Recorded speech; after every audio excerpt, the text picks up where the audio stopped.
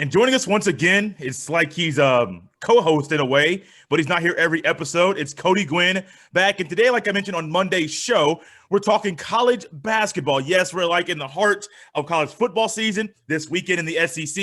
It is rivalry weekend, but today, November 25th, 2020, college basketball is back. Cody, how you doing, man?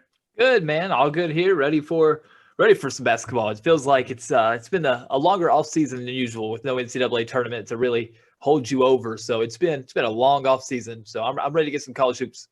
I am as well. But you mentioned that not having the NCAA tournament, and it does seem like it's been a long time since we've had college basketball. Because what do you think? March 10th, March 11th, everything halts in sports, and then now we're November 25th, a long layoff. But we are back, and I'm excited. I mentioned on Monday's episode. This year in college basketball, I don't know what it is. It could be, like you mentioned, not having an NCAA tournament. It could be me just wanting to watch basketball more and watch college basketball, which used to be like a bigger thing for me than the NBA. But for some reason this year, man, I'm more excited than normal to watch college basketball, and I'm glad it starts tonight. And even on Thursday, on Thanksgiving, we get a matchup between Gonzaga and Kansas at 1 o'clock Eastern. I mean, we get great matchups right away, big names, big name coaches, big name programs playing each other. And my excitement, man, kind of like college football, it's getting bigger and bigger and bigger. And once we get it every single day, I'll be one happy guy. Oh, yeah. And, it's going to be a wild season because you just really never know when things can change in a hurry. I mean, it's already started. I'm from East Tennessee, so one of the big teams that have first been affected by the COVID-19 stuff was Tennessee. They lost now 3 big games. They were supposed to play Charlotte, then VCU, and then number 1 Gonzaga, and all those games are now canceled. So it's just how quickly things can change and games can get moved around, just like college football. There won't be a difference there where you'll see a lot of movement. Luckily with basketball, you have a little bit more of a window to get things in and get things replaced, and you play more games. So I think it'll be less of a big deal scheduling wise than football, but it makes every game that much more important because you just never know when it can be your last game for a couple weeks, so that's going to be huge. And getting these teams to play these non-conference games, especially a team like Gonzaga, we're going to talk a lot about them because for them, making sure these non-conference games get played is so important because once they get into their conference schedule, they should pretty much have a good way about them to get through it. But that's when the rankings start getting involved. So these early games against teams like Kansas and whoever they end up playing in the Jimmy V Classic, now they're not playing Tennessee, but those are going to be some real big games for Gonzaga early. But these games are going to feel big because we've not had college basketball in so long, but they're going to feel big too, just because every game is really dire now because we just never know when the schedule could change, when it could be adjusted. These wins starting literally today could be games we look back on Selection Sunday. Oh, exactly. And today, with it being Tuesday, and I want to go to college football real quick because that's a quick way for people to understand what you're discussing. Wisconsin football, game number 1, Graham Mertz. Wisconsin, I believe, played Illinois, played phenomenal. Graham Mertz, backup quarterback, came in and played very, very well for his first game of his career. The next 2 games got canceled due to COVID-19. Players there on the team tested positive, starting quarterback being one of those players that tested positive for the virus. Now, play a game, I believe, and then this weekend's game got canceled due to, I believe, Minnesota and them coming down and testing positive for COVID-19 and having complications there. So now they're not eligible for the Big Ten championship game on December 19th. Yes, a different sport, but the same concept. If you're not able to fully grasp and say, if you're not able to say, we're going to play every game. Every game is not just important. We're going to play it in a normal year. This year is completely different. If you can't have that mindset, yes, every game means so much more. And I think what we have seen with the NFL ratings, college football ratings have seemed like they're right where they need to be or where they're supposed to be, where they normally are. But you're going to see more big time matchups get, I think, pushed more, get more publicity, be hyped up more because just like you said, Cody, these matchups, you don't know what's going to happen. You can be like Clemson in Tallahassee, ready to play in football. Next thing you know, you can't play due to somebody on your team testing positive for the virus. The opposing team is a little uneasy about moving forward due to the possibility of the spread. And now you are left going back to Clemson, not playing a game. It would suck if you get a big matchup like Kansas and Gonzaga on Thursday on Thanksgiving, but that game doesn't happen simply because of a positive case. But it's 2020. That's the way things have gone. And we just kind of got to roll with the punches. At basketball, I feel like it's almost going to happen more. The Florida State Clemson thing was sort of a freak occurrence. And you would think football, it's not such a big deal due to the fact that you will have so many players. The thing I've talked a lot locally about doing high school sports and things like that is, if you have a freshman or sophomore who doesn't play a lot and, maybe he tests positive or he's symptomatic, it's easy to send him off, get him away from the team, and sort of just say, well, he's not with us right now. He got hurt in practice, yada, yada, yada. But you got to think your football rosters are 40 to 70 people. I mean, there's so many guys. So it's easy to sneak a guy away. If you're looking at a team like, a Baylor, you got, everybody's good. And Jared Butler scored 35 points on Monday night, but then come Thursday, he's not there. But he didn't get hurt or anything. I mean, it's a lot more noticeable. So we'll see a big difference in basketball. You'll see a lot more teams sort of catching themselves and, go ahead and saying, look, we're going to be out for a couple weeks due to this. It won't be such a mystery as it is college football. And, basketball is such a different sport. I mean, this is indoors, direct contact. So we'll see a lot of things. But the one good thing about basketball is we're not playing in such a tight window. All these football teams got started late, especially the Big Ten. They got started way late, Pac-12 even later than that. Basketball is pretty much on time. This is right when it gets good anyways. They probably would start playing those smaller games, the Midnight Madness games, and a couple of the smaller schools last week. But this is really right where college basketball starts, Thanksgiving tournaments. So they're on time. They'll have room to move around games, to fill in games. And, I mean, it's not uncommon to play, 2 nights in a row or 3 times a week, things like that. So that's a big deal that you'll be able to replace games here and there. And then the conference schedule is a big deal too, especially when we're talking about power conferences. Of course, smaller schools are going to be affected way more by this than these big schools. It's not as big of a deal with schools. But again, that comes back to a Gonzaga team. Some of those schools might be more willing to say, you know what, we're just pulling the plug and not playing than a team in the SEC or the ACC or the Big Ten or Big 12 would. So those will be interesting things to see what happens once we get to like January and February. And hopefully, of course, the numbers start dropping by then, and maybe there's more talk about a vaccine and things like that. But just all in all, it's going to be a little bit chaotic. And, just kind of talking with people around the area and just talking to other college basketball insiders, I mean, it's already starting, and that's a bit worrisome that none of these teams have traveled yet. None of these teams have even played yet. Yet I think I read on Twitter that, 14% of Division I teams are currently in quarantine and not actively practicing. Man, my goodness. That's crazy. That's a little concerning, especially when you got, 2 teams in the top 25, Tennessee being the big one that's already had to cancel some of these big notable games that we're excited to see. I mean, what happens when we start playing? So again, you kind of pick your poison here. It's either you get college basketball and you're going to have cancellations, postponements, players not playing, things like that, or you don't play at all. So I think we would all say, well, we'd rather play and just sort of see what happens. And, it's been worth it in college football. Yes, we've lost some big games. We've seen some key players miss some games. If Clemson, something happens to Clemson and they're not in the playoffs because of that loss to Notre Dame, then of course we're going to say, well, that's kind of weird or, not fair. And there'll be the what if Trevor Lawrence would have played, but I mean, that's just the year we're in. Everything's chaotic. Everything's a what if scenario, and college basketball will be too. So, you can either moan and groan about it, or you can, like you said, roll with the punches and get ready for a crazy season. A crazy season is correct. And as I look at the AP preseason All-American team, we'll get to the teams, the top 25, how you see things rolling out here in a little bit. But as I look at the AP preseason All-American team, you got Luka Garza, Jared Butler, who you already mentioned, Cade Cunningham, one of the most hyped freshmen in this class, I believe, this year, Ayo Dosunmu, Corey Kispert, and then Remy Martin. Kispert and Martin, they tied for that 5th spot. Who in that grouping there would you say? Oh, I know Luka Garza is probably going to be on people's names. Like, oh, Luka Garza, yeah, he's going to be the best amongst all those names. But who do you think they're truly? And if it's a couple, that's fine. But who do you think will be the best amongst those 6 individuals? It's tough, I know. So Garza is obviously the big name, and due to the fact that he plays at Iowa, and Iowa is going to be a team that runs a very strict offense. They're not really the traditional, or I guess nowadays it'd be called traditional, the run and gun team. It used to be called traditional if you're running a regular offense. Now I guess it's traditional if you're running gun. Iowa's not really going to do that. They're more of a half-court offense still to this day, and they're going to focus that offense around Luka Garza. So, of course, Garza is going to be the name we're going to hear talked about the most. Now, of course, that depends on Iowa's success, and Iowa's playing in that Big Ten, where I think the Big Ten, similar to last year, they're probably 10 team deep in the NCAA tournament. So, he's going to have competition each night. I don't know the exact list. My list may be different than yours because I just have a list of the All-Americans in general. I love Jared Butler of Baylor. I love Baylor just straight up. Baylor is my team to watch this year. I think they should be the consensus number one.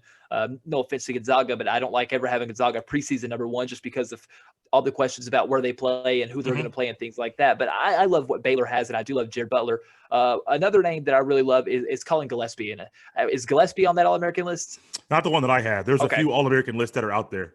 Okay, Colin Gillespie is, I think, the best pure point guard in college basketball. And what he is a pure point guard. So when we get to the NBA draft next year, his name's not going to be brought up. He may be a late first, early second round pick just based on name value, very similar to what we've seen from Cassius Winston over in Michigan State.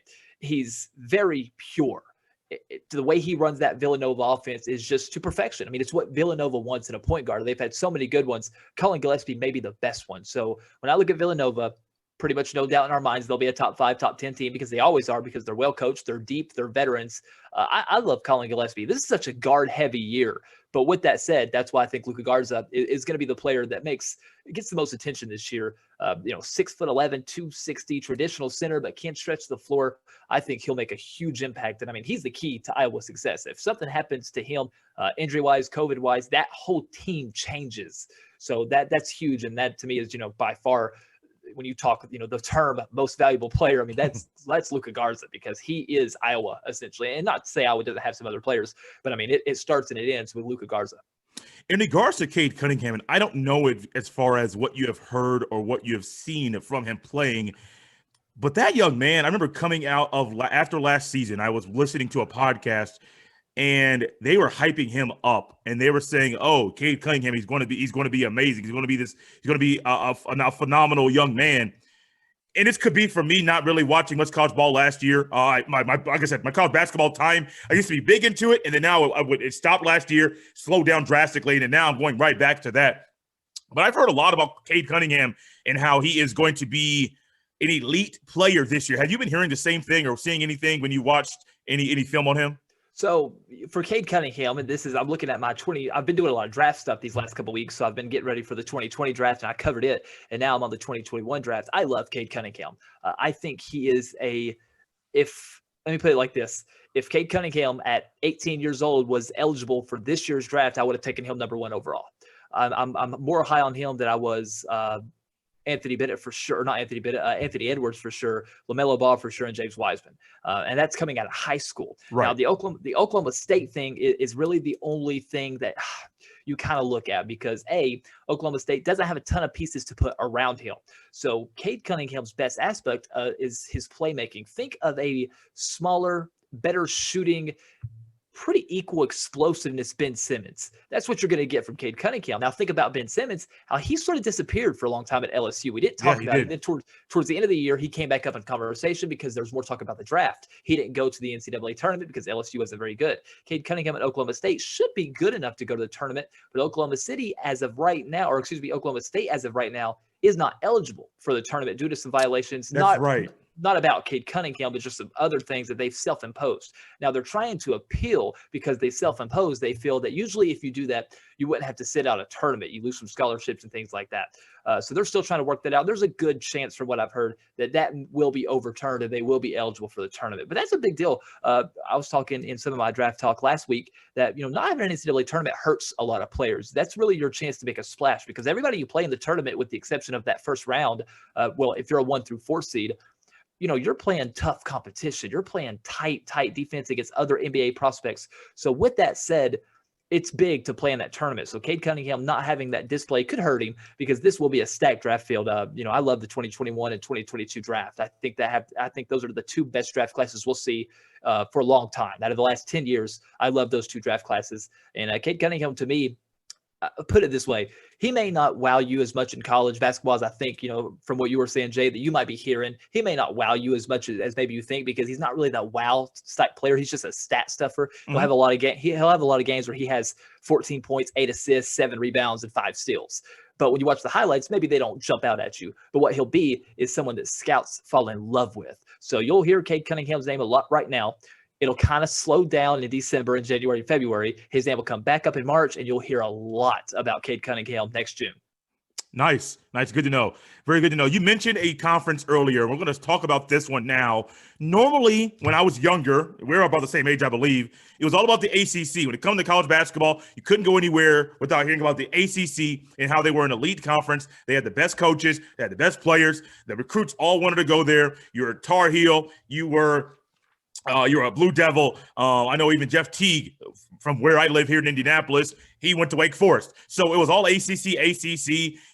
Surprisingly, you had Greg Oden and Mike Conley, who were top prospects in their year, went to Ohio State, stayed in the Big Ten, stayed local. But you mentioned the Big Ten, said it may be one of the deepest, may possibly get 10 teams in the NCAA tournament in March, which is huge. And as you look at, you don't have to look at just the AP list, the All-American list that I listed off with Luka Garza and Ayo DeSumo. I hope I said his name correctly, but you can go up and down. You have Aaron Henry at Michigan State. You have players up and down the rosters in the Big Ten that deserve the attention. And you're probably right. I've heard a lot of people, even after last season, saying the Big Ten could possibly have a lot of teams in the tournament last year. This year we'll probably have more. There's no tournament last. Say probably like we had a tournament. There was no tournament. It's so hard for me to grasp that there was no tournament last year. But you get to this year, you got Trace Jackson-Davis at Indiana, big man there, all throughout the Big Ten. Phenomenal coaching, phenomenal play. It's going to be physical. It's going to be tough. The Big Ten conference schedule is going to be grueling. But this conference this year, and I don't like making bold statements and predicting things about conferences because, as you know, especially in sports, anything can happen. But, Cody, the Big Ten conference this year could literally be, from top to bottom, the deepest and best conference in college basketball. Yeah, and 10 to me is the magic number because 10 is, I think, what they'll get. I think you may have an 11th team on the bubble, maybe even a 12th team on the bubble. I mean, Big Ten is a loaded conference. Now, I'll say this. I don't think looking right now, and I'm always skeptical because the Big Ten, one thing they do have is veteran players and great coaches. But I don't see a Final Four team in the Big Ten. But what I see is a lot of teams that are going to be competitive. Now, the crazy thing when you have a competitive conference like this, Jay, as you'll know, is none of these teams might be in the top 5 because they keep beating each other. Yeah. You'll have Wisconsin beat Iowa, but then Wisconsin will lose to Ohio State. But Ohio State just lost to Rutgers and Michigan State. But Michigan State lost earlier this year to Purdue and Penn State. And Penn State's lost 5 games in a row, but just upset Illinois. I mean, that's the kind of division you'll see in the Big Ten. I love Wisconsin. I think they have just maybe the best well-rounded team coming into Big Ten play. Of course, we talked about Iowa, and Garza's going to make that team go, and he's we talked how good and how valuable he is, but they also returned 7 of their 8 leading scorers. So I love Iowa. Michigan State's always a team you can't write off. And of course, they lost really their heart and soul losing Winston and Xavier Tillman. And I know if Xavier Tillman would have come back to Michigan State, they would no doubt be a top 5 team. Losing him really was kind of the jab to the heart for Tom Izzo, but you're still Tom Izzo. And one name to keep in the ear in the Big Ten is Josh Langford. Josh Langford was the guy that averaged like 16 points 2 years ago and then missed the end of the 18th season with a foot injury, comes back in 2019, is practicing for that Duke game, and then hurts his foot again and misses the whole season. So luckily he does have redshirt clearance. He'll be, I think he's either a 5th or a 6th-year senior. He's an older guy, but he'll be right there as well with Aaron Henry and that Michigan State team. And it's Tom Izzo. I mean, he's gonna have these guys ready to play.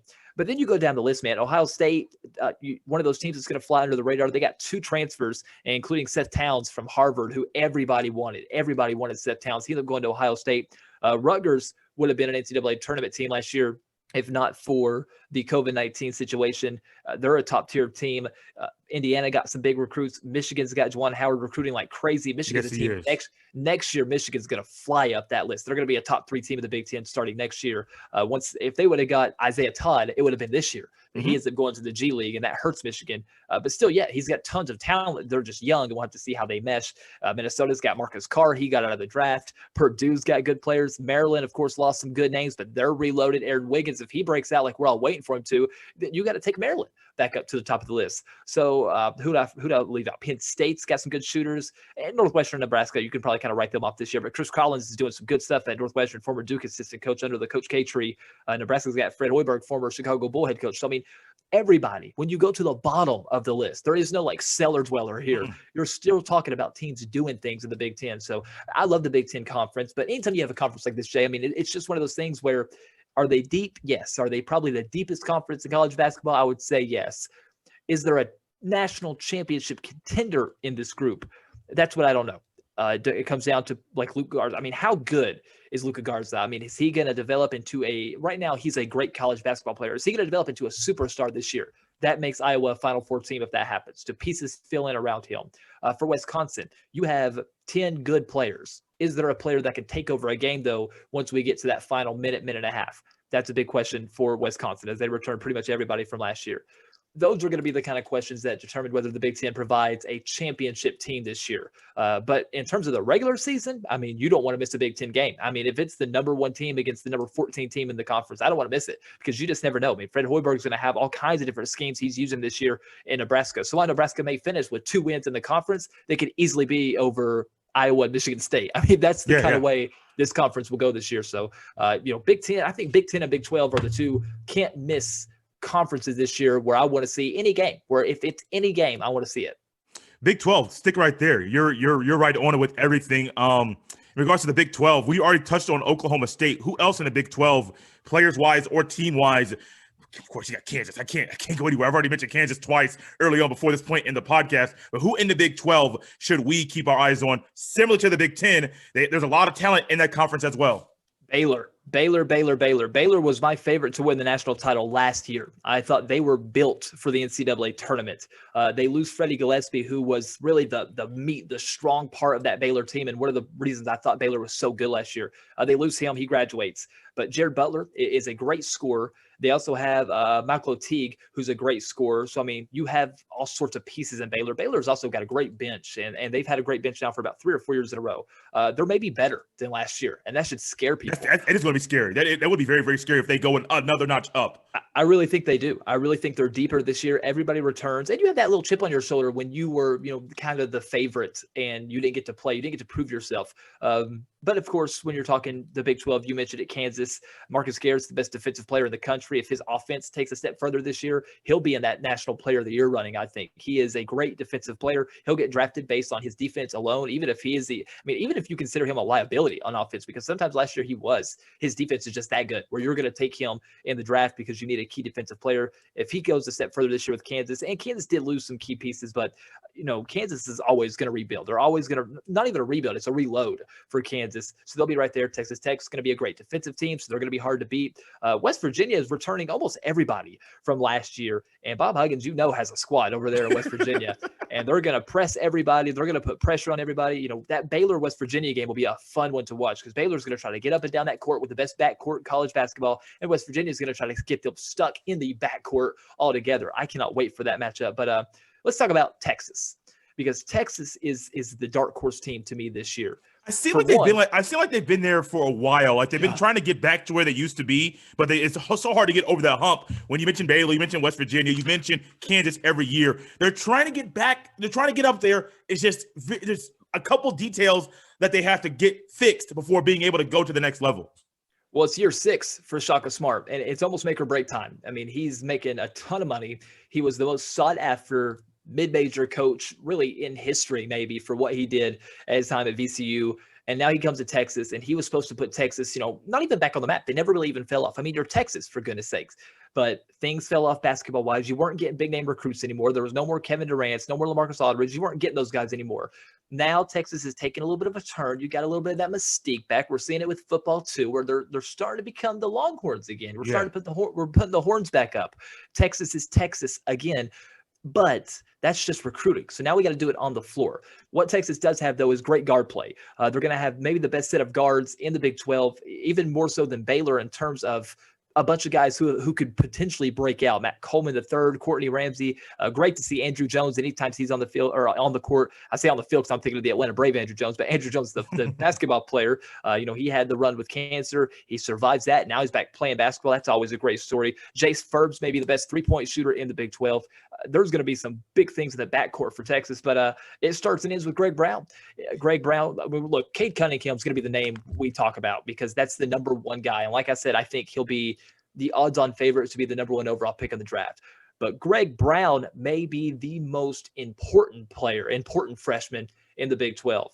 This was a guy who had a huge offer from the G League. He could have went to the G League, sharpened his skills, widened his array of skills. He's an explosive front court player. If he would have went to the G League, he would have immediately had to start working on his perimeter shot. If he would have got his perimeter shot down, this dude's a top 5 draft pick. He says, no, I'm going to go to Texas. So Texas is going to use him more in the pick and roll game because they're guard heavy. If he continues to just develop and works in that Shaka Smart offense, he's a big player. If Greg Brown is what he's supposed to be and one of the top freshmen in the country, Texas will finish this year in the top 10. That's how highly I think of a player like Greg Brown in terms of how he plays college basketball. But I mean, like you said, this has to be the year for Texas. You have to get over the hump.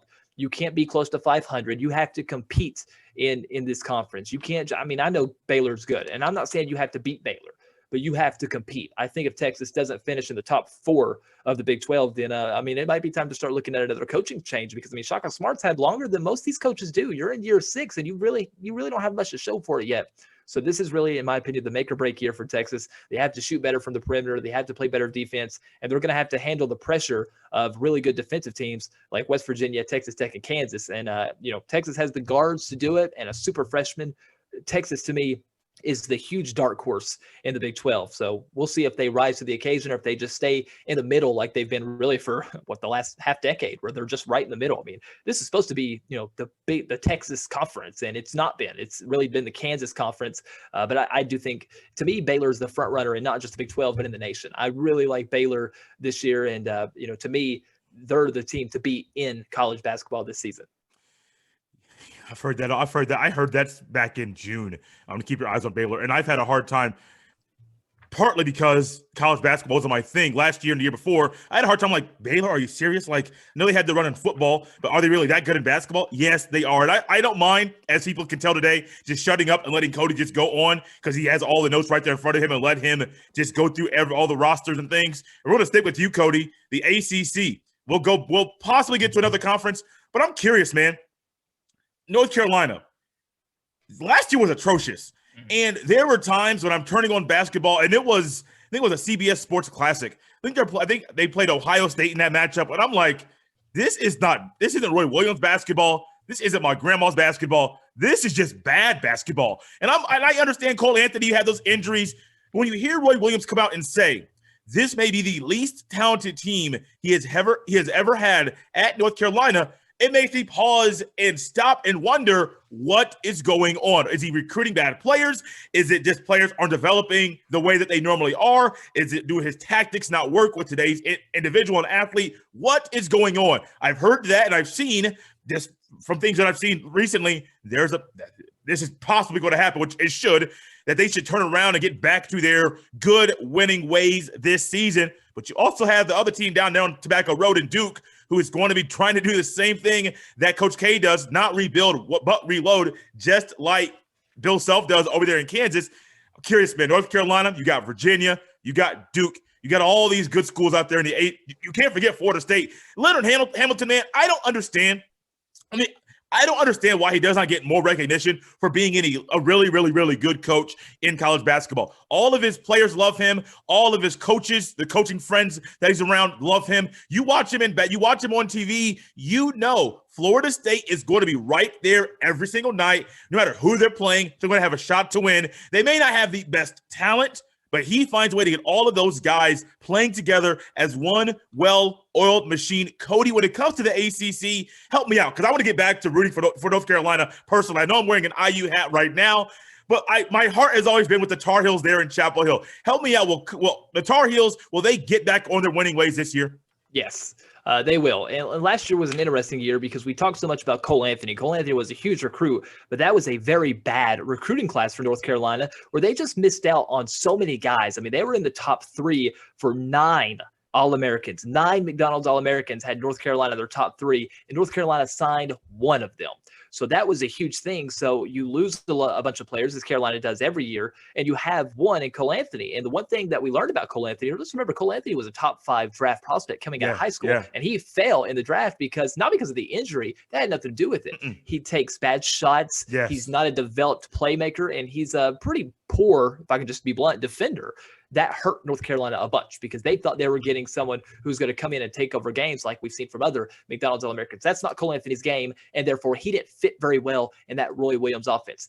take everything you've seen last year and just mark it off, because this is a whole new year for Carolina, and we're going to see a whole new North Carolina team. It starts with Garrison Brooks. He's a senior. If you want to think of Carolina greats, as you mentioned, you're going back to the Tyler Hansborough days. That's sort of what you're going to see from Garrison Brooks, a nitty-gritty player who's going to do the stuff inside. He's a great inside scorer. He's going to be strong on the boards. He is the traditional North Carolina big man. He'll be a contender for Player of the Year if Carolina is contending team this year, which I really think they will be. And then this year's recruiting class was so much better. They recruited very well. They bring in they bring in Caleb Love, who will play guard. He's kind of what they want Cole Anthony to be. Okay, he's not going to be a big scorer. He's going to run the offense. He's going to be a facilitator. He's going to drive and kick and find shooters. He's going to come off the pick and roll and look for the roll man instead of looking for the shot. That's going to be huge for Caleb Love. They got RJ Davis, who's going to come off the bench and shoot three-pointers. Day'Ron Sharp is going to be the big man that they recruited this year. You'll hear a lot about Walker Kessler, but he's the stretch big. If you're looking for the next Garrison Brooks, you're going to start watching Day'Ron Sharp. I don't think he'll jump to the NBA after 1 year. I think all these freshmen might stick around for more than 1 year, because I don't think Caleb Love has the size to be an NBA prospect yet. So what you're going to see from Carolina is a team that's probably hanging around third in the ACC this year. Next season, though, when most of these players are back, minus Garrison Brooks, which of course is going to hurt to lose your star player, all these dudes are going to be back, plus another star-studded recruiting class. Next season is the year North Carolina's back into the top 5. Now, in terms of the complete ACC, you mentioned Virginia, you mentioned Duke. They're the head of the class as usual. Virginia's got a couple great players. They also recruited Sam Hauser, who's an ex-Marquette player who transferred in. He is eligible. He will play immediately. That's huge for Virginia. I thought the ACC was a little down this year until Sam Hauser got cleared to play. Now that he's cleared to play, Virginia's back into the top 5. He's going to be a huge addition along with Kid Clark, Jay Huff. Virginia, as always, going to be a team that's probably in contention for a Final Four. Duke's another team to really watch. They lose some of their veteran players, but of course, as you know, Coach K is recruiting. Now, meshing is going to be a big thing, and this is something we didn't talk about, Jay, with the COVID-19 situation. Your practices are a little different. Your practices are a little shorter. Your practices are a little less 5-on-5 because just being safe. Games are going to be canceled. You're not going to play as many no-name teams if I can. You know, people laugh and are entertained by Duke beating somebody 137-40, but those games are huge for your team to mesh. And what Duke has this year is a couple sophomores that didn't live up to the hype as freshmen. Wendell Moore Jr. and Matt Hurt, they're back as sophomores. You add in a great freshman class, another star-studded freshman class with Jalen Johnson, DJ Stewart, Jeremy Roach, who's going to be an excellent point guard that's really going to fill that void left by Trey Jones. Joey Buckets is back. Joey Becker going to be the three-point shooter. Jordan Goldwire is the senior now, and he's going to lead the team on defense. All those names sound so good, but how would they mesh? And if your first chance to play as a team is against other top 10 teams, Duke may start off struggling just a bit.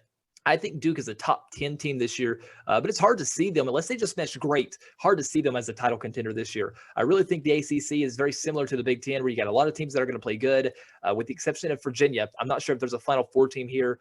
North Carolina is going to surprise people. You mentioned Florida State. Man, if we could all age like Leonard Hamilton, we all just look so good. But Scotty Barnes is that freshman. Florida State lost a lot in the draft. A lot of those young players end up going to the draft and end up keeping their name in. A lot of guys came out of the draft this year, made college basketball even more exciting. Florida State didn't get that. They had a lot of guys stay in the draft, and a lot of those guys end up going pretty high in the draft. Florida State's got some good stuff going on over there to have a 6-man drafted in the top 5. But this year, Scotty Barnes will be a superstar for Florida State.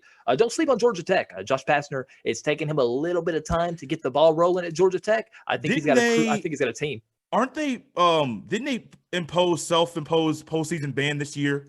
They are, but it's very similar to what's happening to Oklahoma State with the COVID situation and everything. The NCAA is being a little bit more lenient. Georgia Tech did just do that, and they put it on themselves. So all they have to do is appeal, right? which is great that it is, and the NCAA could be lenient on them. Same thing going on with OK State. As long as if you say, you know what, my bad, we did something wrong, yada, yada, yada, we're going to not play in the tournament this year unless you think that's too severe, and then the NCAA can come in and play the good guy. It just depends what the NCAA wants to do. Nonetheless, though, I think regular season-wise, Georgia Tech's a team that could probably beat anybody in the top 5 of the ACC. And then, of course, you can't sleep on Louisville. Louisville's always got a deep team. Syracuse and Buddy Boeheim, we'll see how he grows this year as a player. And then the bottom half of the ACC is struggling a little bit this year, from NC State, Clemson, VTech, Boston College, Notre Dame. Don't expect a lot out of those teams this year. They're not recruiting well. Any of those teams are. Pittsburgh and Wake Forest both have not young coaches, but newer coaches to the program. I think eventually Pittsburgh and Jeff Capel will start putting things together. And then Wake Forest, Steve Forbes coached at ETSU, which is about 40 minutes from where I live, and he was recruiting and getting transfers and making ETSU a powerhouse here in East Tennessee. Of course, when you get a job offer to go to the ACC, though, you take it. And I think already you see signs that he's not, I mean, Johnson City, which is where he was coaching about 30 minutes from me, is not a very exciting place, but he was getting big name players to come play there. So it's much easier to recruit at Wake Forest. I think in about 3 years, Wake Forest will be a team that's contending in the ACC. I think Steve Forbes is a great coach, and I think that was a great hire for Wake Forest. But really, ACC this year, man, it's Virginia, and then you got Duke and Carolina and Florida State right there in kind of that top three. Georgia Tech's your dark horse. From there, the ACC is pretty wide open this season. Last but not least, last team, not conference, we'll talk about today. And I know Big Blue Nation is out there saying, whoa. How do you get like 40 minutes in and not discuss Kentucky? Are you opposed because you're wearing an IU hat to talking Kentucky basketball? Well, kind of. What is where my heart is. But Kentucky basketball, I remember last year, this is me being a homer right now. They lose to Evansville early on. Walter McCarty used to play at Kentucky. Now he's coaching against Calipari in his old school. Kentucky loses.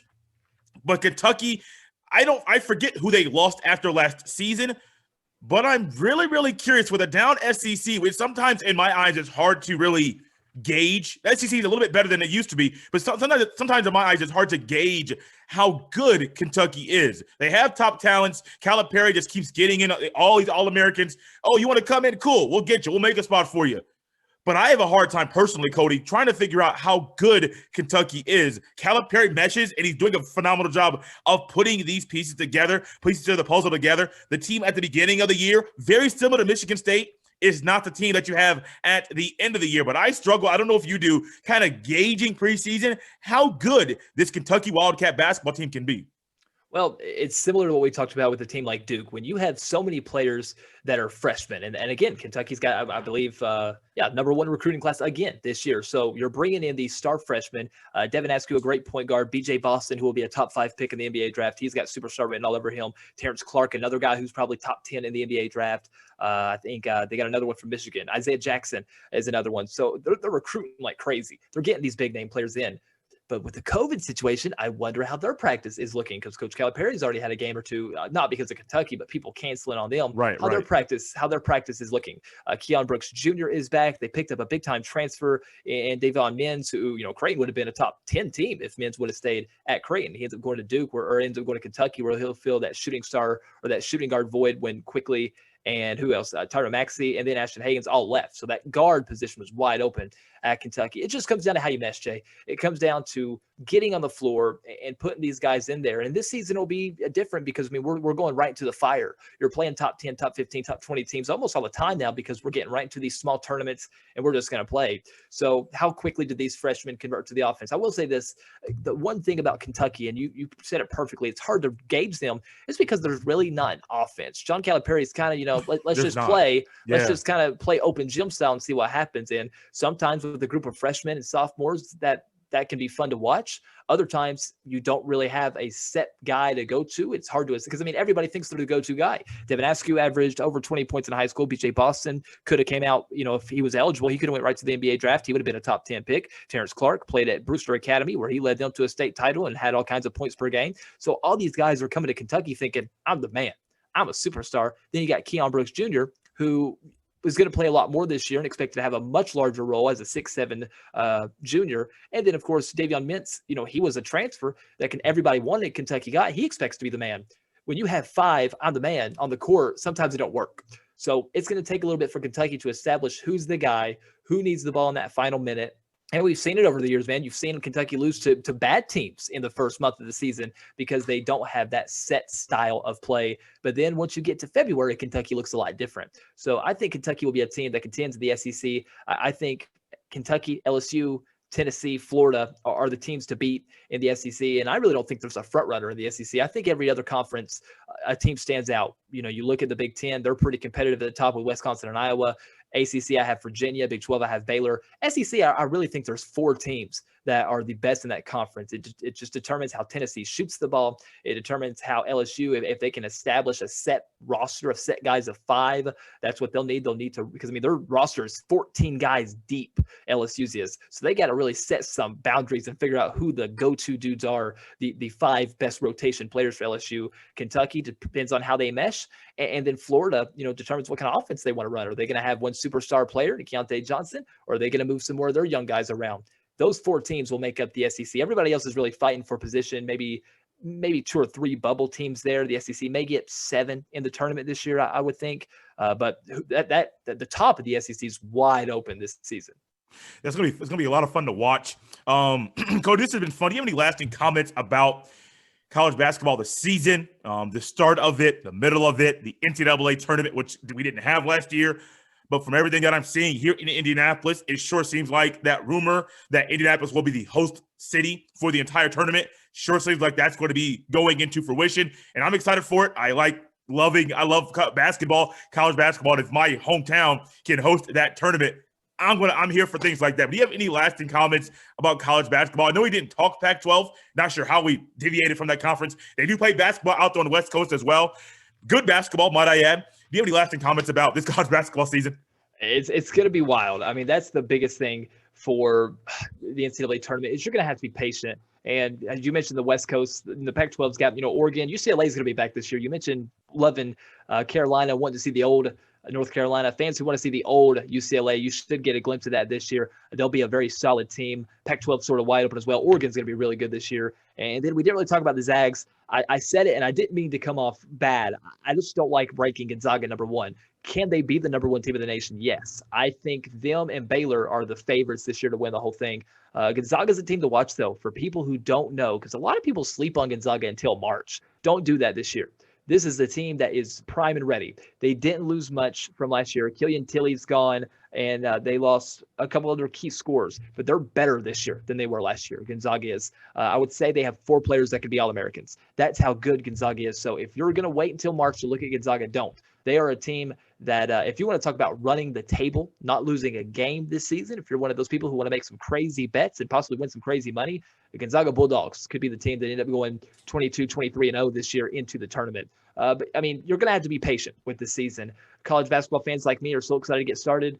As you can see in the background somewhere over here, I'm a Duke basketball fan. I love watching Duke play. I've watched Coach K coach teams since I was a newborn. I'm a big Duke guy, and already the first Duke game's off. You're going to have patience. Games are going to fall apart, and we talked about that Clemson-Florida State game earlier. It's going to happen more in basketball. There's going to be a few more games this year that are canceled 30 minutes before tip-off, an hour before tip-off, the day of the game, because that's just sort of the situation we're in, that we're indoors. It's a little bit different when you're outdoors. It's a little bit different when your rosters are this big as football. Things are going to be a little bit more serious with basketball. I'm not saying it's not in college football, but it's just going to be taken much more seriously in terms of, wait, so you don't feel real well? Like, are you feeling bad? We can't play. I mean, it's going to be as simple as that. Not as simple as you go home and get out of here like they can in football. And I'm sure they are in football, just to be honest. Basketball is not going to be that simple. There's going to be games fall off. There's going to be teams who disappear for a few weeks. There's going to be players that disappear for a few weeks. We're just going to have to be patient and hope that we do get the March Madness thing figured out, because, of course, that's going to be a bit complicated. Conference tournaments are the thing that no one's really talking about. That's going to be a little complicated too, because, I mean, we canceled it last year. And of course, last year we jumped the gun on some things to be safe, and that's 100% understandable. Yeah. And conference tournaments are hosted by one site anyways. So if we get through some of these preseason tournaments, that's a good sign for getting through conference tournaments come late February, early March. And then however we do the NCAA tournament, whether it's one location, 2 locations, whether we're starting at 9 a.m. and playing to midnight, we got to get it done this year. We have to get a national championship. I mean, me personally just feel robbed that we don't know who is the best team in basketball last year. Baylor was a front runner. Gonzaga was a front runner. Kansas had a great team. Michigan State had a great team. Duke was starting to mesh at the right time. A lot of those SEC teams are starting to look real good. Iowa had put it all together in the Big Ten. Villanova, of course, is always going to make a run into the postseason. I mean, it just feels like we were robbed of that moment. So there's going to be teams that play 30 games. There's going to be teams that play 20 games. There might be teams that play 15 games. Whether you have a season a shortened season, whether you have a full conference tournament, whether we just end up having to cancel a conference tournament or two and take the best teams from the season, that makes the regular season even more important. So that's another thing to keep in mind. Teams are going to now be a lot more competitive in conference play because now we don't know. What if we get to the conference tournament, we play one game and then a breakout happens? Well, then we're going to take the team who had the best regular season record. That means you better play seriously come in December, because that could be a huge deal. A game you lose the week before Christmas that nobody cares about could end up determining whether you're the 1 seed coming out of the Big 12 or the 4 seed coming out of the Big 12, which changes the way the bubble looks. Things like that, Jay, are huge going into the season. So like we talked about in the open of the show, man, this is a wild college basketball season, but I mean, there's one tagline, and it's every game matters. You can't afford to take any game off. Doesn't matter if you're playing a mid-major. Doesn't matter if you're playing the cellar dweller of your conference. Doesn't matter if you're playing the number 2 team in the nation and you feel like, well, we're going to play them again down the road. Let's not show everything. No, every single game matters this season. And I think coaches will coach like that. Players will play like that. And I think, man, once we get on the floor, we're going to see some really good college basketball this year because we're fans and we're excited. Imagine how some of these players feel, especially these players that didn't get to play in the NCAA tournament last year. These Gonzaga players who thought last year was their year, and these Baylor players. I mean, these guys are going to be looking for blood, man. They're going to come out ready to play, ready to put on a show. I think from week 1, we're going to see some great basketball.